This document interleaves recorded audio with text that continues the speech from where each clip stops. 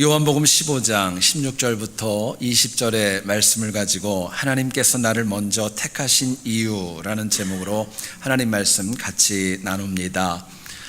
예루살렘 성전을 건축할 때에 필요한 돌들은 먼 곳으로부터 운반되어 왔습니다. 한 번은 성전 건축과는 전혀 무관하게 보이는 돌이 배달이 되었어요. 인부들이 이야기를 합니다. 쓸데없는 돌이 배달된 것 같습니다. 이야기를 하자 채석장에서 다시 이야기를 합니다. 그렇지 않다고 주문대로 보낸 것이라고 이야기를 했어요. 인부들은 그 돌을 버릴 수가 없어서 그래도 잘못 배달되었기 때문에 그 돌을 먼 곳에 잘 치워놓고 성전 건축 공사를 지속하게 되었습니다. 그리고 7년의 시간이 지났어요. 성전의 모든 것들이 완성이 되어졌고 이제 지붕에 덮을 돌 하나만 있으면 모든 것들이 다 이제 끝나는 상황이 되었던 것입니다. 그래서 채석장에 또다시 요청을 합니다. 지붕에 얹은 돌을 좀 보내달라 주문을 했어요. 채석장에서 답변이 왔습니다. 이미 보냈습니다.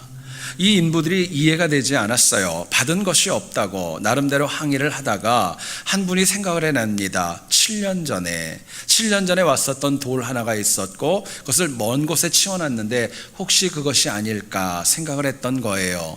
사람들이 가서 그 돌을 다시 가지고 와서 깨끗이 닦아서 보니까 정말 성전 지붕에 맞는 꼭 맞는 돌이 바로 주문되어진 바로 그 돌이었던 것입니다.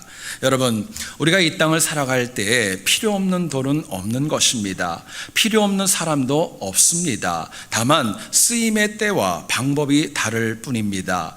부족에도 우리 각자는 살아계신 하나님께서 우리를 먼저 택하시고 이 땅에 보내신 분명한 이유가 있다고 말씀을 합니다. 문제는 너무나도 많은 신앙인들이 살아계신 하나님께서 우리를 택했다는 그 은혜를 모르고 살아가고 있다는 것, 그것이 어려움입니다.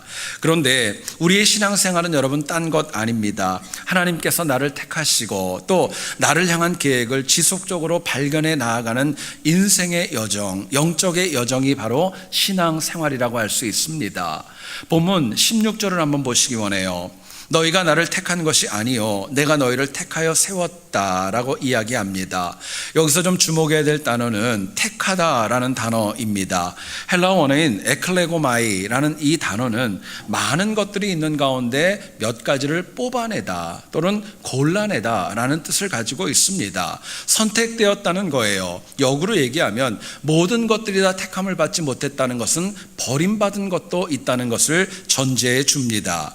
성경은 저희들에게 분명하게 이야기합니다. 내가 하나님을 선택한 것이 아니라 하나님이 먼저 우리를 에클레고마이 선택하시고 고르시고 뽑으셨다고 저희들에게 말씀합니다.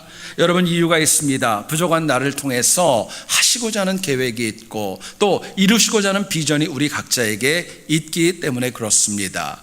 우리가 신앙생활하면서 참 많은 은혜가 필요합니다. 그 중에서 가장 큰 은혜가 있다면 하나님께서 나를 택하여 주심에 대한 은혜, 이것이 가장 큰 줄로 믿습니다.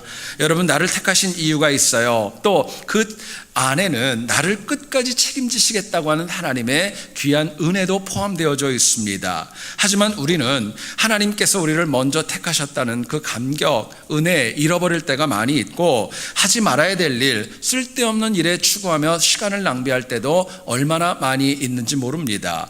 저는 여러분 각자가 다른 것은 다 잃어버려도 괜찮아요. 그러나 하나님께서 나를 먼저 선택하셨다는 이 은혜 항상 붙잡고 살아가기를 원합니다. 오늘 본문을 통하여서 우리가 하나님께 선택받은 인생으로 악한 세상을 어떻게 살아가야 될까, 본문이 주는 메시지 같이 한번 나누어 보기를 원합니다. 첫 번째로 생각할 것은요, 나를 먼저 택하신 이유는 이 악한 세상을 바꾸기 위해서 나를 택하신 것입니다. 세상이 악한데 이거를 바꾸기 위해서 부족하지만 저와 우리를 택하셨다는 말씀이에요. 16절을 다시 보시기 원합니다. 내가 너희를 택하여 세웠나니 이는 너희로 가서 열매를 맺게 하고 또 너희 열매가 항상 있게 하여 라고 말씀합니다.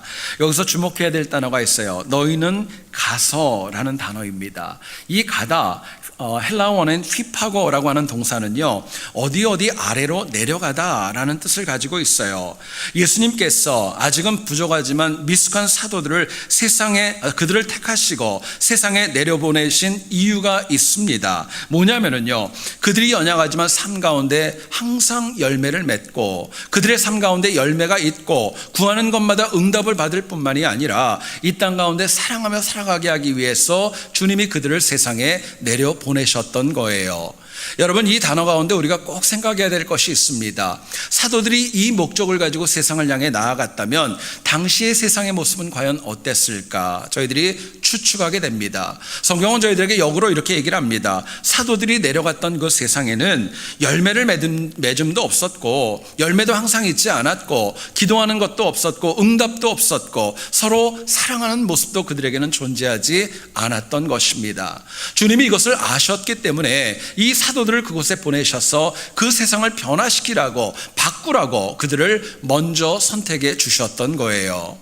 여러분, 오늘날 기독교인과 교회가 사회적으로 참 많은 불미스러운 일에 연루될 때가 적지 않고, 그러므로 인하여서 오늘날 기독교를 얘기를 할 때 사회적으로 믿지 않는 분들이 개독교라는 단어를 쓸 때가 참 많이 있습니다. 마음이 참 많이 좋지 않은데요. 그런데 역으로 이 상황을 한번 해석해 보면은 이처럼 기독교를 비판하는 이유가 있습니다. 아직도 교회에 대한, 기독교에 대한 여전한 기대가 있기 때문에 그렇습니다. 달리 표현하면은요, 하나님은 물론 세상도 역시 기독교인들이 세상을 바꿔야 된다고 하는 은연중에 그 메시지와 명령을 저희들에게 전달해 주시는 것입니다. 여러분, 참 쉽지 않아요. 어려운 문제입니다. 그러나 우리가 세상을 바꾸어야 하기 때문에 하나님께서 우리 각자를 먼저 택하셨고, 우리에게 십자가 보혈의 은혜를 주시고 능력과 권능을 허락해 주신 것입니다. 여러분, 그렇기 때문에 하나님께서 우리를 세상에 보내실 때 너희는 세상의 빛과 소금이라고 말씀하셨고, 세상의 청직이라고 저희들에게 말씀해 주시고 또 격려해 주십니다.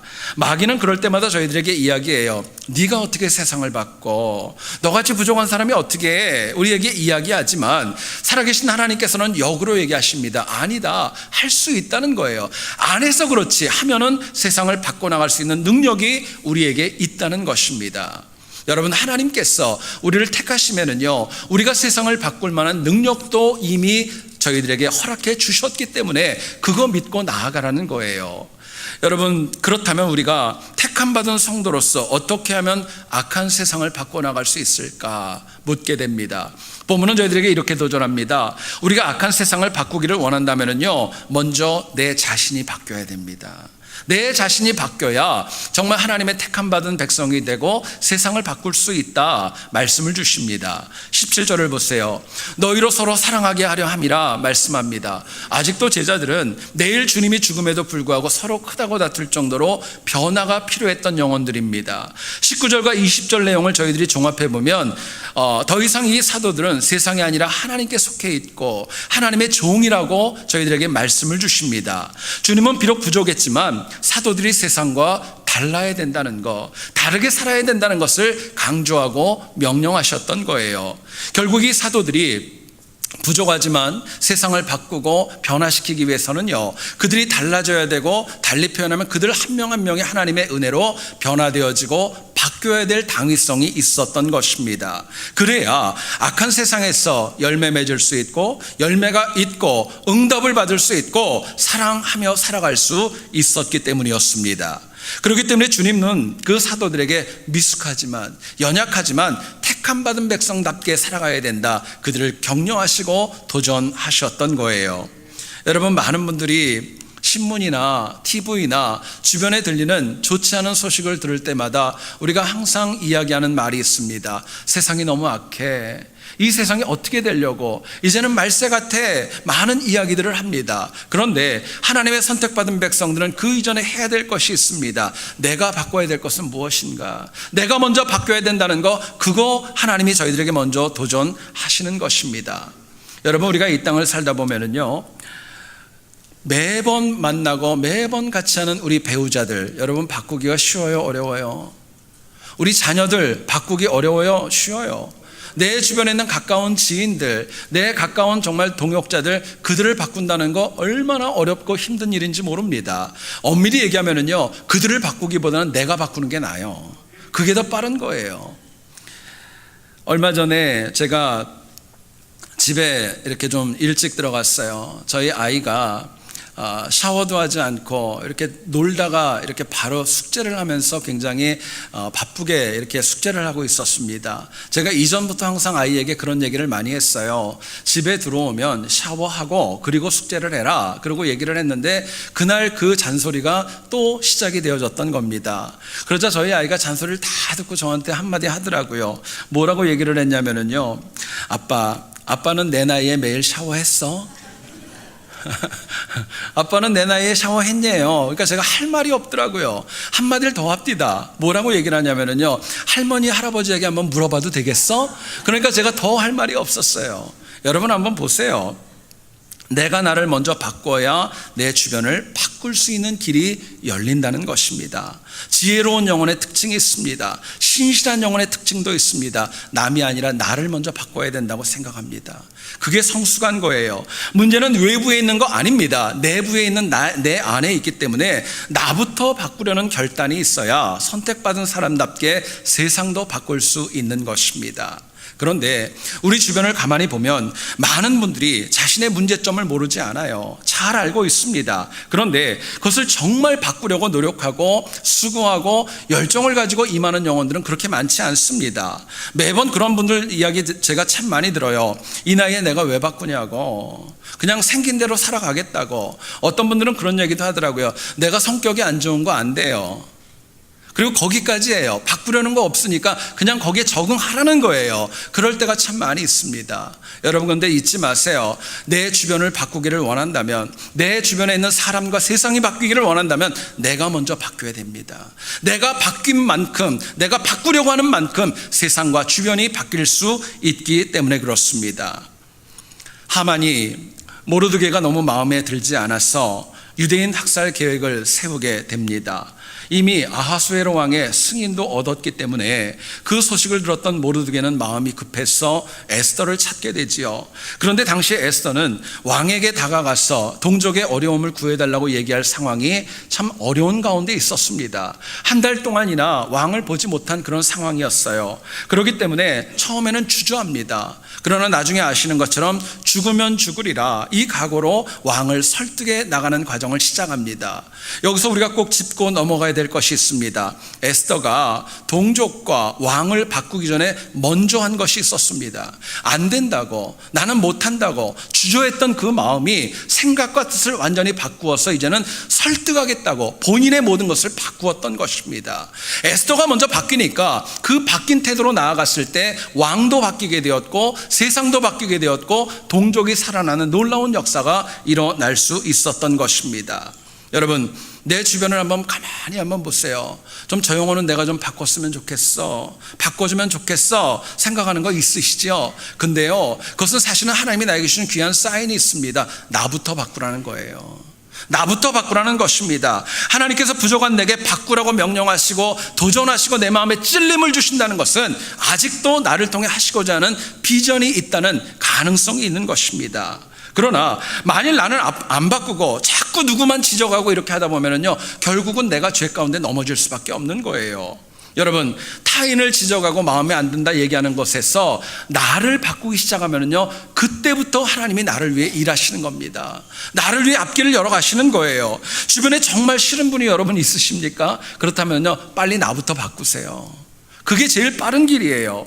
여러분, 나를 안 바꾸면 타인과 세상만 탓하는 거 누가 피곤할까요? 사실은 내가 너무 피곤하고 내가 힘들어지는 거예요. 결국 나를 바꾸면 잃어버렸던 영혼을 찾을 수 있고 동역할 수 있고 모두가 다 바뀔 수 있다고 하나님 저희들에게 말씀하시고 도전하시기 때문에 그렇습니다.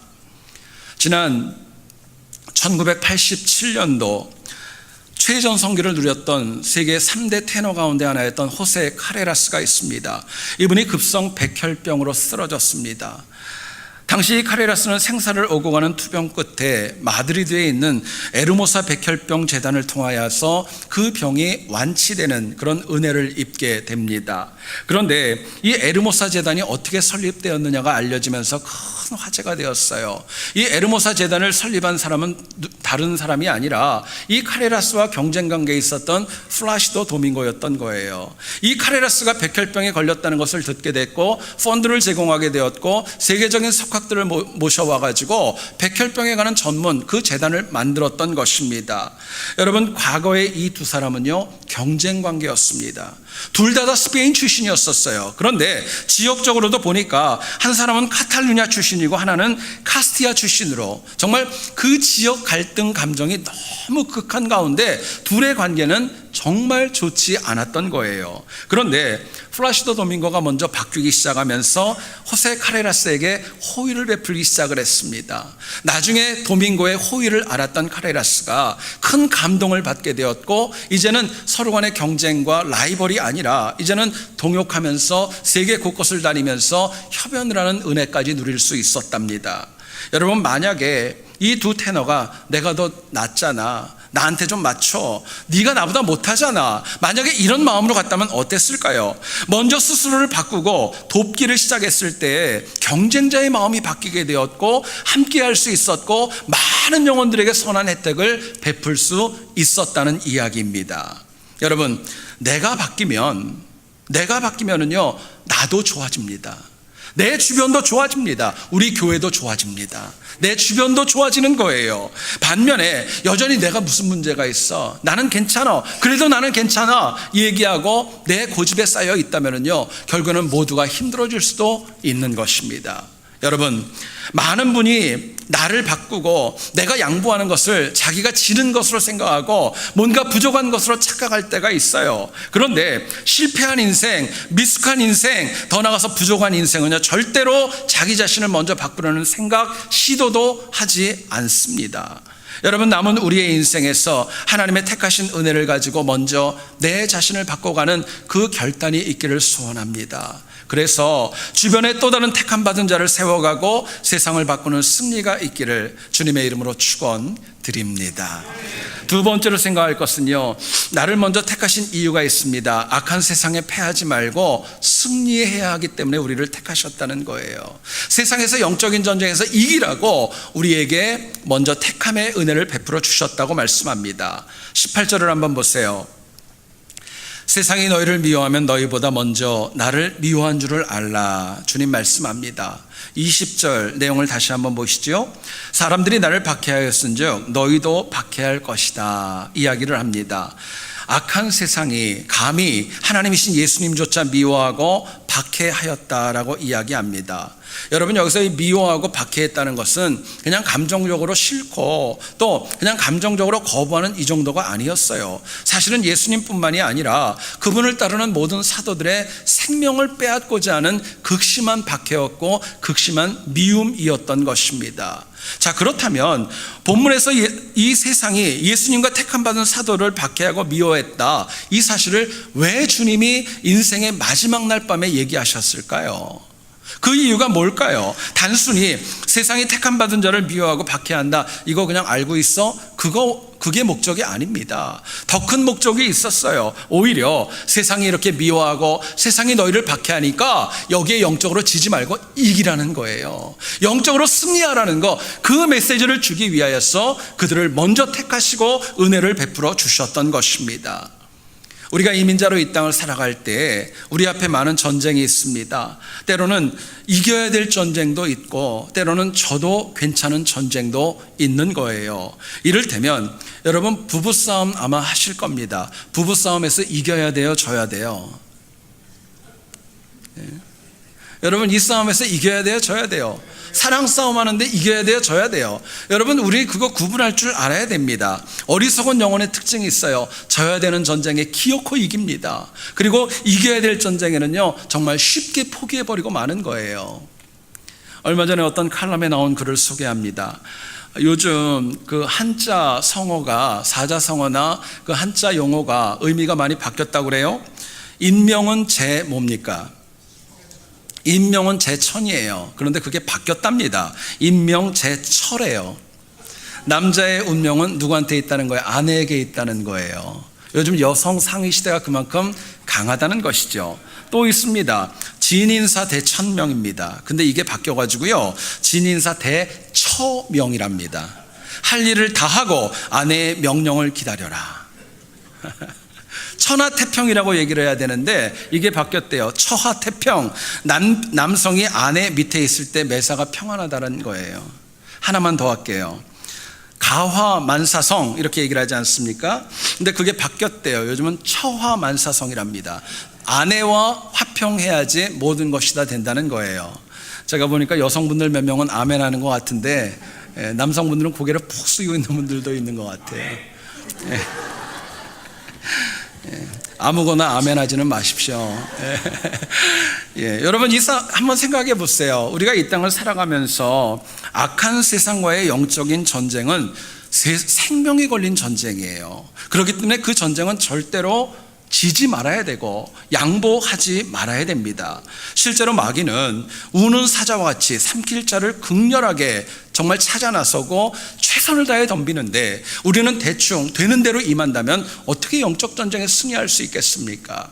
자, 그렇다면 우리가 택함받은 백성으로 악한 세상에서 패하지 않고 승리하려면 어떻게 해야 될까? 본문은 저희들에게 이렇게 도전합니다. 항상 하나님만 주인 삼고 살아갈 때, 하나님만을 주인 삼고 살아갈 때 우리가 악한 세상에서 승리할 수 있다고 말씀합니다. 본문 20절을 보세요. 이 내용을 보면 주님은 그 사도들을 향해서 얘기를 합니다. 너희가 하나님의 종이라는 거예요. 헬라어 원어를 보면 둘로스라고 하는 이 종의 개념은 주인에게 속해 있다는 거예요. 여러분, 어떤 종도 이 주인, 저 주인, 여러 많은 주인에게 속해 있는 종은 없습니다. 종에게 주인은 둘이 아니라 하나밖에 없는 거예요. 그거 강조하는 것입니다. 특별히 주님은 세상이 택함받은 자를 미워하고 박해할 때 당신의 종들을 절대로 외면하지 않고 방관하지 않습니다. 이를 위해 독생자 예수 그리스도께서 십자가의 보혈까지 내놓을 정도로 우리를 살리기 위해서 우리를 위해 정말 헌신하시고 능력을 보여주셨던 거예요.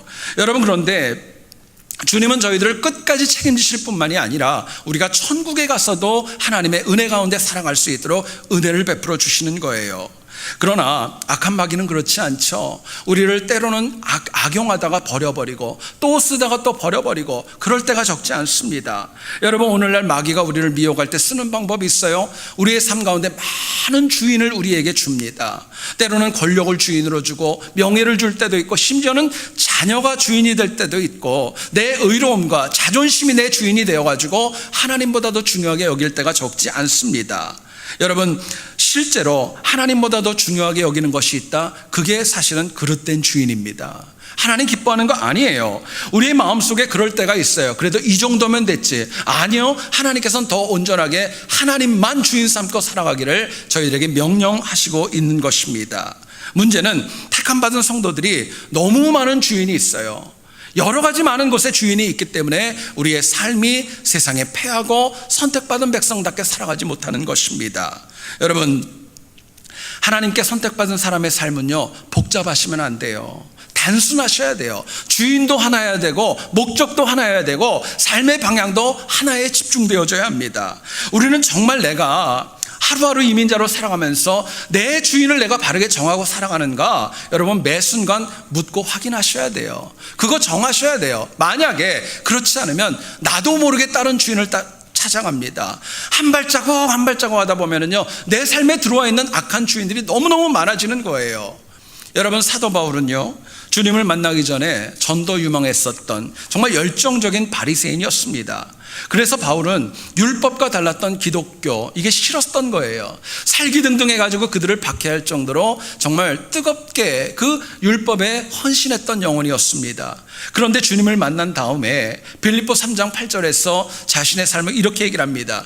내가 그를 위하여 모든 것을 잃어버리고 배설물로 여김은 그리스도를 얻고, 그리스도를 얻기 위해서 옛날에 있던 거 다 버리겠다고 얘기를 합니다. 여러분, 바울의 놀라운 결단이 있어요. 진짜 주인을 정한 다음에는 과거에 추종했던 그릇된 주인들 다 버렸어요. 뿐만 아니라 다시금 옛날 주인으로 돌아가는 그런 경우도 한 번도 없었습니다. 오히려 정말 집중하고 정말 붙잡아야 될 한 분만 붙잡고 평생을 살아갔던 것입니다. 여러분, 이렇게 주인을 바로 정하고 한 주인 하나님에게 헌신했을 때 바울의 인생이 바뀌었고 역사가 바뀌었고 그가 전한 복음이 오늘 이 자리에 있는 우리에게까지도 흘러내려오게 되었던 것입니다. 여러분, 오늘날 이민자들의 문제가 있어요. 바쁘고 분주하다고, 할 것이 너무 많이 있다고 이것저것 쫓아다니다 보니까 많은 주인이 생기는 거예요. 여러분, 왜 그런 말 있죠? 문어발식이라는 말이 있어요. 주인이 한두 개가 아니에요. 너무 많은 거예요. 며칠 전에 어떤 칼럼을 읽다가 참 공감이 되면서 마음이 참 많이 아팠던 기사를 소개합니다. 한 목사님께서 한 성도의 신방 요청을 받았습니다. 이 성도는 경제적으로 좀 여유가 있었는지요, 신축 빌딩에 엘리베이터를 처음에 이렇게 셋업을 한다 가운데 그 처음 시작하는 그 예배를 목사님에게 요청을 하고 신방을 와달라고 이야기를 했던 거예요. 목사님이 기쁜 마음으로 그 건물로 가게 되었는데 라비를 열자마자 정말 목사님이 너무너무 놀라서 정말 뒤로 넘어갈 정도로 놀라게 됩니다. 이유가 있는데요, 엘리베이터 앞에 보니까 돼지 머리가 있더랍니다. 그리고 그 옆에 보니까 구슬하는 도구들이 곳곳에 있더래요. 목사님이 너무 기가 막혔어요. 그래가지고 그 교인을 불러놓고 이야기를 합니다. 어떻게 된 거냐고, 어떻게 이럴 수가 있냐고 얘기를 했더니 그분이 아무렇지도 않게 그렇게 얘기를 하더라는 거예요. 목사님, 예배도 드리고 굿도 하려고요. 하나님도 복을 주고 귀신도 복 주면 더 좋지 않습니까? 아무렇지도 않게 얘기를 하더래요. 여러분, 목사님이 결국에는 그 순간에 참 많은 갈등이 있었고 예배를 인도할 수 없어서 다시 교회로 돌아왔다고 합니다. 문제는 교회로 돌아와 보니까 내가 도대체 목회를 어떻게 했길래, 내가 도대체 어떻게 정말 사역을 했길래 이런 일이 벌어지나, 정말 한없이 울면서 시간을 보냈다고 그 글을 읽게 되었습니다. 여러분, 안타깝지만은요, 오늘 우리가 살아가는 현실은 더할 수도 있어요. 참 놀라운 이야기지만은요, 하나님을 믿는다는 신앙인들이 점보러 다니는 경우 참 많이 있습니다. 하나님을 믿는다는 신앙인들이 무당을 찾아가서 아이의 미래가 좋아진다고 아이의 이름을 개명하는 경우도 저는 보았습니다. 뿐만 아니라 점집에 가서 이사하는 날, 손이 적은 날을 찾게 되고 자녀의 결혼식과 귀한 기념일을 할 때에도 하나님의 말씀에 맞게끔 순종하고 은혜로 기도하며 나가는 것이 아니라 점쟁이를 찾아가지고 날을 받는 경우도 실제로 보았습니다. 가장 기가 막힌 것은 뭐냐면요, 어떤 목사님께서 어디에 교회를 개척하면 부흥할지 점쟁이 찾아가서 점을 쳤대요. 그런 일화가 있을 정도예요. 여러분, 이게 오늘 우리가 살아가는 현실입니다. 너무 끔찍하지 않아요? 여러분, 웃지만은요, 이거는 정말 우리가 통곡하며 회개해야 될 문제입니다. 여러분, 이스라엘 백성들이 패망했던 이유는요, 우상 숭배였습니다. 그게 문제였어요. 많은 신앙인들이 착각하는 게 있어요. 우상 숭배는 하나님을 완전히 버리고 우상만 쫓아가는 거, 그걸 우상 숭배라고 얘기를 합니다. 아니었어요. 이스라엘 백성들의 문제는 하나님도 때로는 섬기고 우상도 섬기고 왔다 갔다 하는 거, 그게 우상 숭배였다고 이야기를 합니다. 주인이 자꾸 바뀌었던 거예요. 그러나 요한복음 14장 6절 예수님 말씀합니다. 오직 내가 곧 길이요 진리요 생명은 예수님밖에 없는 거예요. 사도 베드로는 사도행전 4장 12절에서 얘기를 합니다. 천하 인간에게 구원받을 만한 이름을 주신 적이 없다고 주님 말씀하셨어요. 여러분, 택함 받은 자로 이 땅을 살아가려면요, 더 이상 가짜 쫓아다니는 거, 가짜 주인 섬기는 거, 그거 멈추셔야 돼요. 이제는 진짜로 돌아와야 돼요. 하나님만 섬기셔야 돼요. 살아계신 예수 그리스도, 그분만을 따르는 거, 그게 선택받은 자의 삶이라고 저희들에게 말씀합니다. 여러분이 택함 받은 영혼으로 저는 예수 그리스도만 참 주인으로 섬기고 이 악한 세상에서 넘어지지 않고 날마다 모든 영적 전쟁에 승리할 수 있기를 다시 한번 주님의 이름으로 축원드립니다. 기도하겠습니다.